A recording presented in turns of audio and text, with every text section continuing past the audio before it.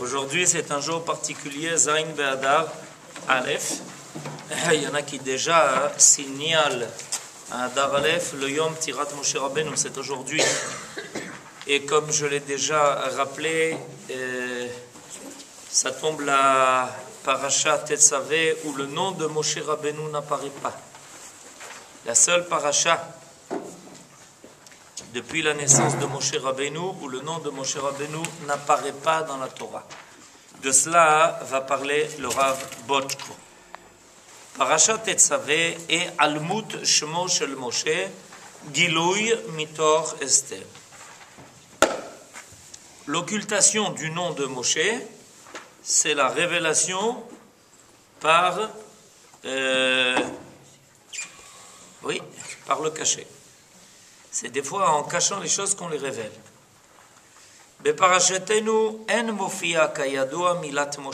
Dans notre paracha, il est connu que le mot Moshe n'apparaît pas. Mais justement, dans notre paracha, Uvleta ishiyuto bederech yotzet min haklal. Il y a sa personnalité est mise en évidence. Et on entend à nouveau, verset après verset, Ve'ata tetzavé, ve'ikru elecha, ve'ata akrev elecha et Aaron achicha, ve'asita bigdei kodesh le'Aaron achicha, ve'ata tedaber, ve'asita choshen mishpat, ve'natata el choshen mishpat et ha'urim ve'et hatumim. On entend Akadosh Baruch Hu qui n'arrête pas de s'adresser à Moshe Rabbeinu à la première personne directement en lui disant c'est toi qui ordonneras, c'est toi qui feras, c'est toi qui parleras. Donc, bien que le nom de Moshe Rabbeinu n'apparaît pas en dévoilé, sa personnalité occupe le devant de la scène. Alenu lasim et libenu letafkidem anifradim shel Moshe ve shel Aaron. Et c'est le moment de faire attention à la différence des rôles que devaient remplir Moshe et son frère Aaron. Moshe shlucha de Rachmana. Moshe est l'envoyé de Dieu. Vetafkido limsor livnei Israël et Torah. Son rôle est de transmettre aux enfants d'Israël la Torah. Torah Hashem temima. Une Torah entière. Asher shegia achat posalta. La moindre faute la rend pasoul psula, qui ne convient pas. Aaron ou shlucha didan. Par contre, lui, Aaron, il n'est pas l'envoyé de Dieu, il est notre envoyé. C'est celui qui va être l'envoyé des enfants d'Israël, du peuple d'Israël, qui va porter leur nom sur lui-même quand il va rentrer dans le Beth Amikdash. En effet, nous envoyons les Kohanim et le Kohen Gadol en particulier comme étant notre shaliach pour aller réclamer, demander à Kadosh Baruch Hu de nous pardonner les fautes à Yom Kippourim, de faire le travail des korbanot chaque jour de l'année. Dans notre paracha, nous voyons qu'à deux endroits dans ses vêtements, le Kohen Gadol avait le nom des enfants d'Israël sur lui, gravé sur lui.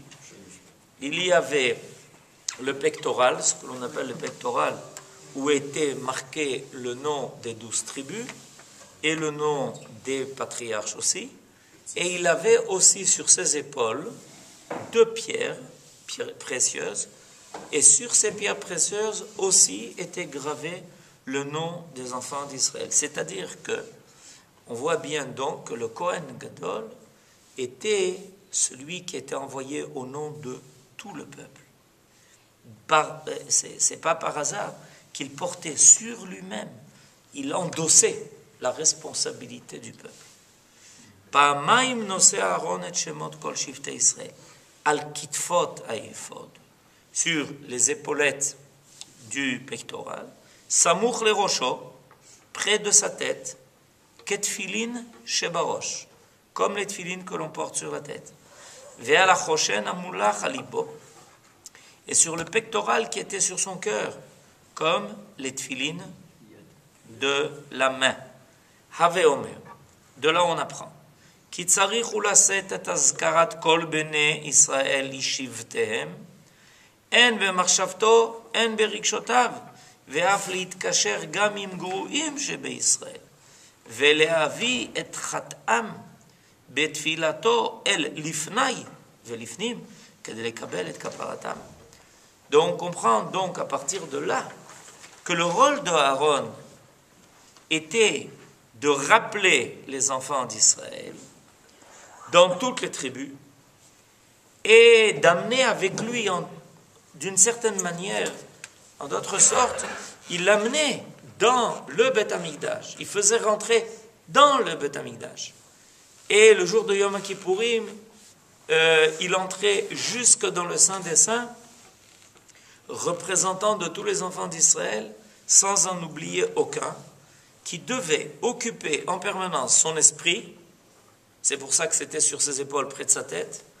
Et dans son cœur, c'est pour ça que c'était le pectoral qu'il portait sur sa poitrine, il devait, en d'autres termes, être sans arrêt celui qui était attaché à tous les enfants d'Israël et qu'il se préparait à venir réclamer pour eux, en leur nom et en leur faveur, les bienfaits divins.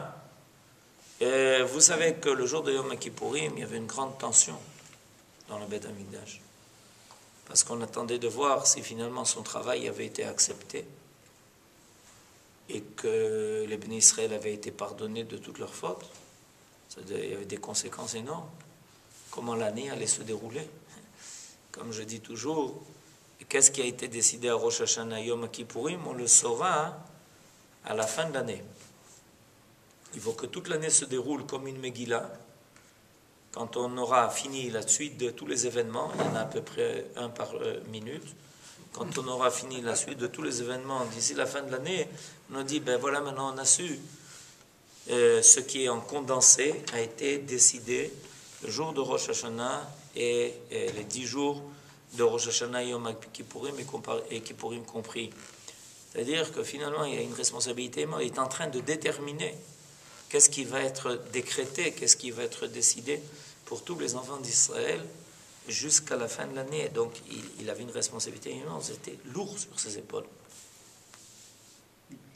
Il arrive que ces responsabilités ne soient pas remplies finalement. Parce qu'on connaît l'histoire du Kohen Gadol et des villes de refuge.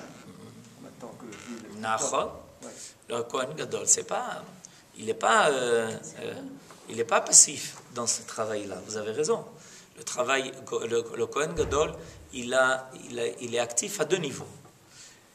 Premièrement, dans sa capacité d'être lié à tous les bénis Israël. C'est un travail énorme. Déjà pour des parents, de porter dans leur cœur et dans leur esprit tous leurs enfants. C'est déjà un travail. Alors imaginez-vous ensuite, et on élargit au fur et à mesure. Au fur et à mesure, on élargit. Ensuite, une communauté, ensuite une ville, ensuite un pays, ensuite un peuple entier. C'est le travail du Kohen Gadol.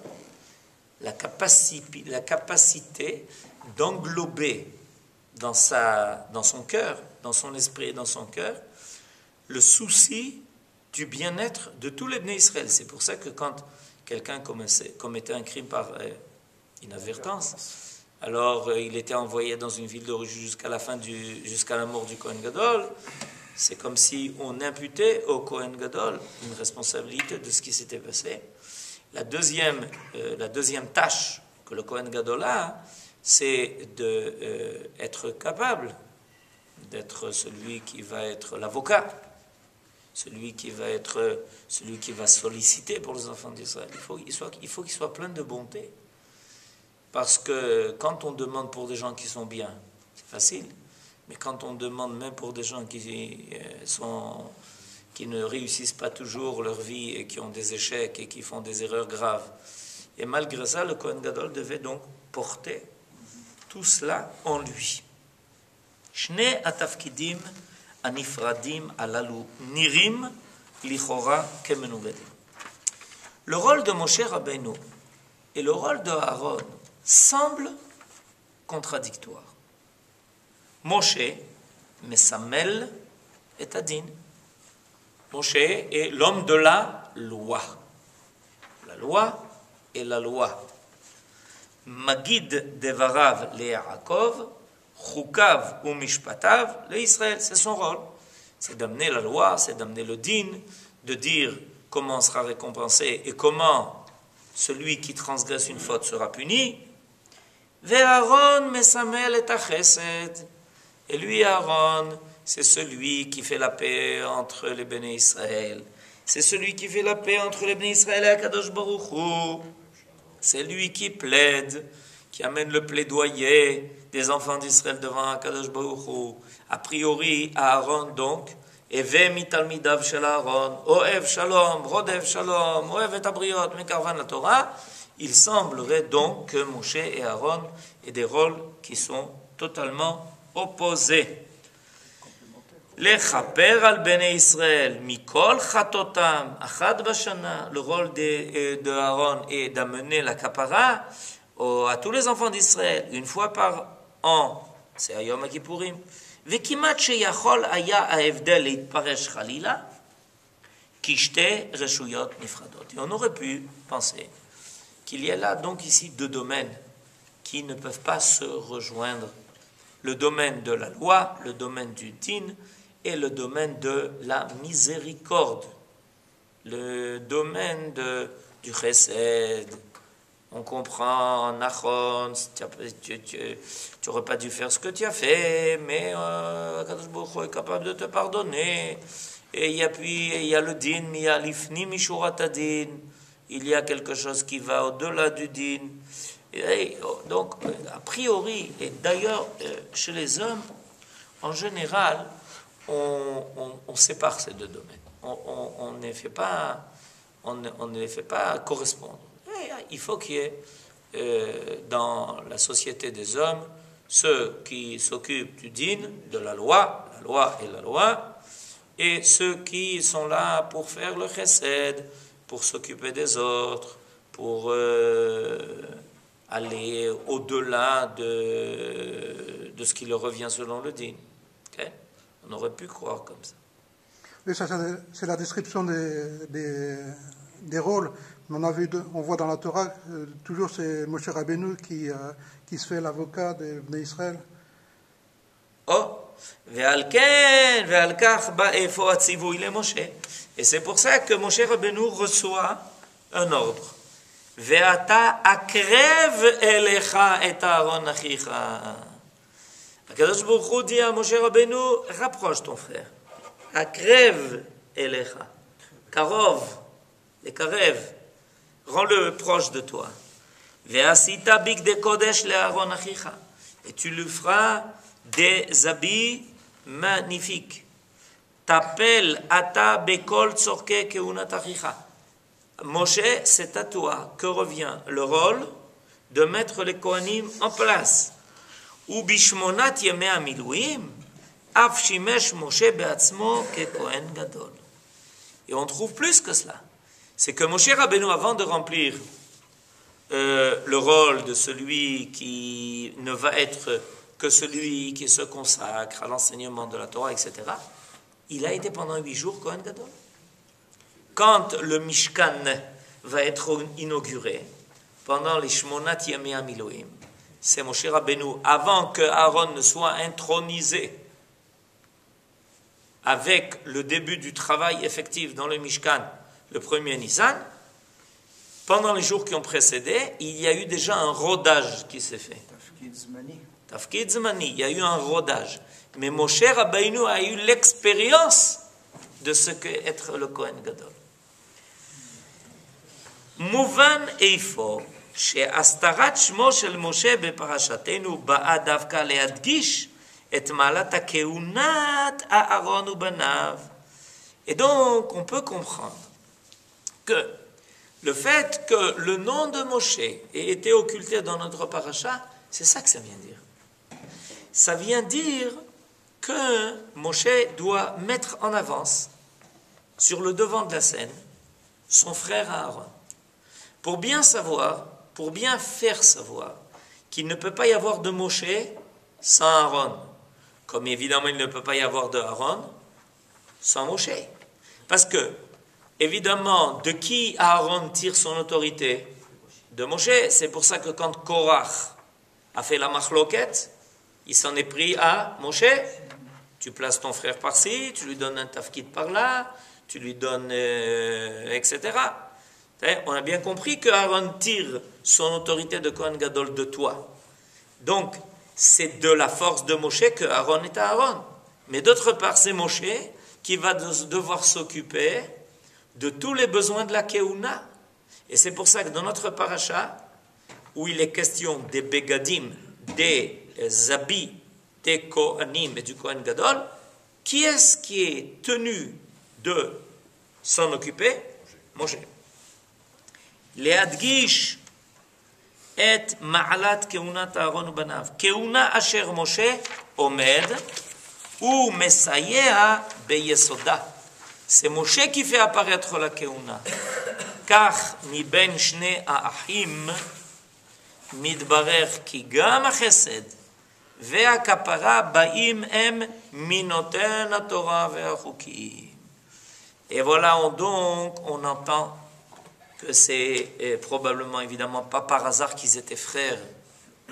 Celui qui va être le manig, le chef, celui qui va donner les ordres, celui qui va donner la Torah, celui qui va l'enseigner, celui qui va nous apprendre ce que c'est que le hok, et celui qui va être chargé de s'occuper de ceux qui transgressent la loi. Ils sont ahim, ils sont liés l'un à l'autre. On ne peut pas être dans un monde où ces deux domaines sont déconnectés. מבין שני האחים מתברר כי גם החסד והכפרה באים הם מנותן התורה והחוקים.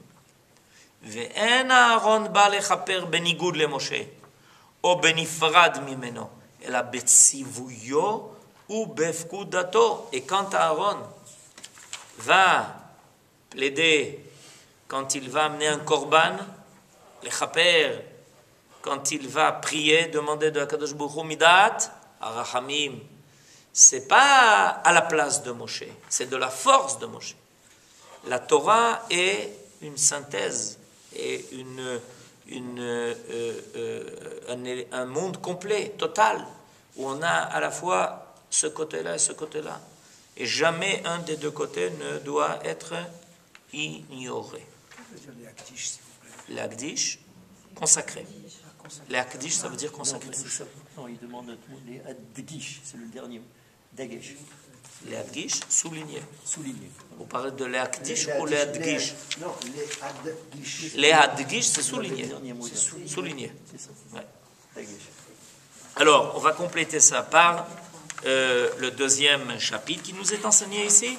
Hashlemut ve'atmada shebakodesh.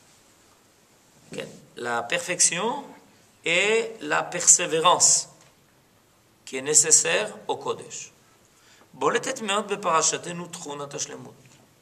Dans notre paracha est mise en évidence le principe de la perfection. השלמות בזמן, ההתמדה, והשלמות בפועל המעשה. Deux dimensions de la perfection. Dans le temps, ça se traduit par la persévérance, la capacité de continuer une œuvre jusqu'au bout. Et au niveau de l'acte, la capacité d'avoir un acte qui soit complet. C'est-à-dire, la persévérance, ça c'est au niveau du temps. Et la capacité de faire apparaître l'acte dans sa totalité, ça c'est au niveau du maaseh. Ki ulai yachol kol adam להתעלות לרגע ולהגיע בפתע למדרגה הגבוהה. אבל השאלה איננה רק מי יעלה בהר השם, אלא גם ומי יקום במקום קודשו, מי יעצור כוח להתמיד. Des fois, il arrive que quelqu'un fasse un grand saut. C'est-à-dire qu'il arrive à quelque chose de très élevé, d'un seul coup. On voit des gens qui, par exemple, tout d'un coup, arrivent à un poste très important, sans qu'ils soient passés par tous les échelons, par toutes les étapes, avec le temps que ça réclame. Tout d'un coup, on les trouve. Qu'est-ce qui s'est passé? Alors, les gens sont très étonnés. Mais c'est extraordinaire, regarde. D'un seul coup, il est devenu. Mais en réalité, la perfection va se révéler par la capacité de la persévérance. Parce qu'on peut monter d'un seul coup très haut et on peut descendre d'un seul coup très bas. Et très souvent, ça va ensemble. C'est-à-dire que quand les choses n'ont pas été construites, on peut d'un seul coup sauter en haut, mais ensuite, on peut aussi tomber rapidement. Veine ro'im anu, she'atorah hidgisha. Abraham, c'est pour vous. Atorah hidgisha, she'yeh ma'aseh hamenorah leha'alot ner tamid. On voit que quand la Torah parle de l'allumage de la menorah, du chandelier, elle parle de ner tamid. C'est pour ça qu'on a l'habitude au Beth Knesset de laisser une lumière allumée en permanence. Avant, c'était une fiole d'huile. Et les gens étaient connus pour faire offrande de l'huile qui permettait ner tamid. Il y avait une bracha particulière pour ceux qui offraient le shemen la maor, c'est-à-dire l'huile pour la lampe, ner tamid qui brûlait en permanence dans le Beth Knesset. D'où vient cette idée-là? Elle vient de là. C'est que la menorah était ner tamid. Ve'arichat nerotea chukat olam. Et préparer ces mèches pour toujours. Vechen betzivui maaseh hachoshen. Et on trouve aussi, à propos de la confection du pectoral, Velo yizacha choshen me'al haephod. Il ne doit pas bouger. Le choshen ne devait pas bouger. Il devait être bien attaché et bien fixé sur la poitrine de Aaron. Shelo yeh be'avodat hakodesh shum rifyon. Parce que tout ce qui concerne le kodesh ne supporte pas de faiblesse. Ne supporte pas que... Ça s'appelle l'humeur qui change. Aujourd'hui, j'ai envie, demain, pas tellement. 2 jours après, aujourd'hui, j'ai envie d'aller au Beth Knesset. 2 jours après, ce matin, j'ai pas envie de me lever, etc. Ça s'arrange pas du tout avec le Kodesh. Le Kodesh, ça représente la divinité, c'est-à-dire la permanence de la totalité. Le Kodesh ne s'arrange pas du tout avec des choses qui montent et qui descendent, qui subissent des influences et qui, fluent en fonction de la volonté de l'homme. C'est pas comme ça que ça se passe. Venasa Aaron et mishpat ben Israël la libo lifnei Hashem tamid.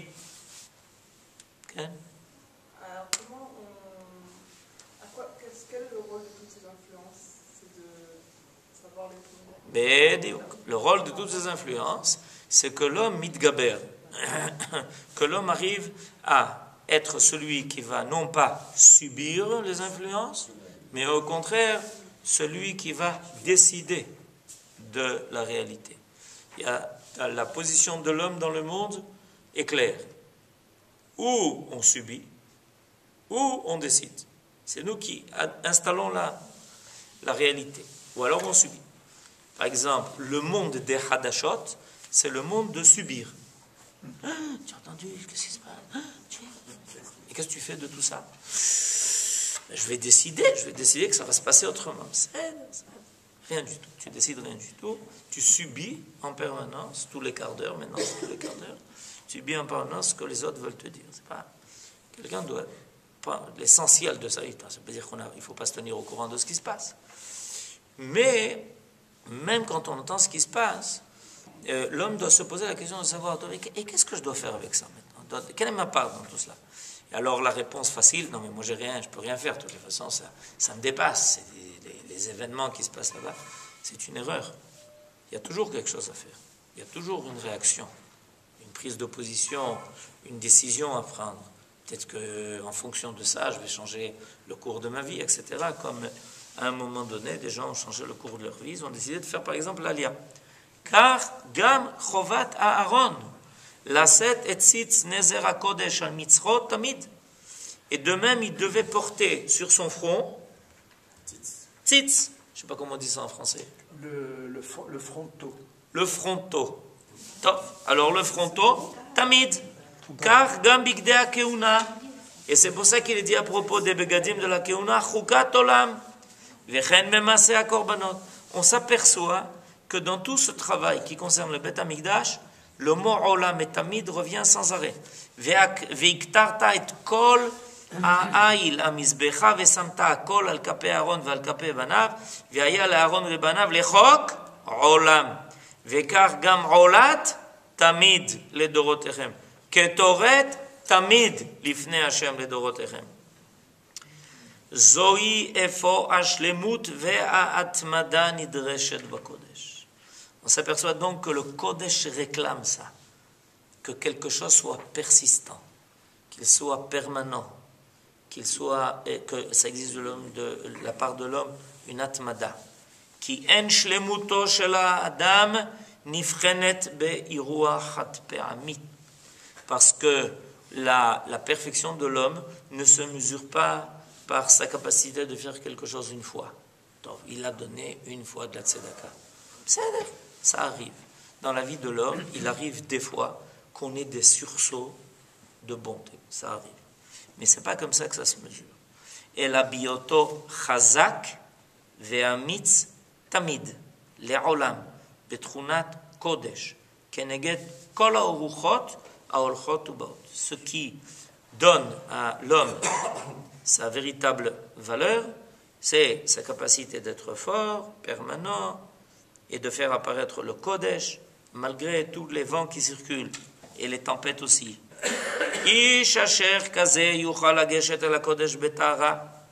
Un homme pareil pourra aborder le Kodesh avec pureté. Et il pourra donc visiter en permanence. Il pourra faire partie de la maison de Dieu. Parce que dans la maison de Dieu, il y a une permanence du Tov, il y a une permanence du Kodesh. Mide boker, kol yemei chayav.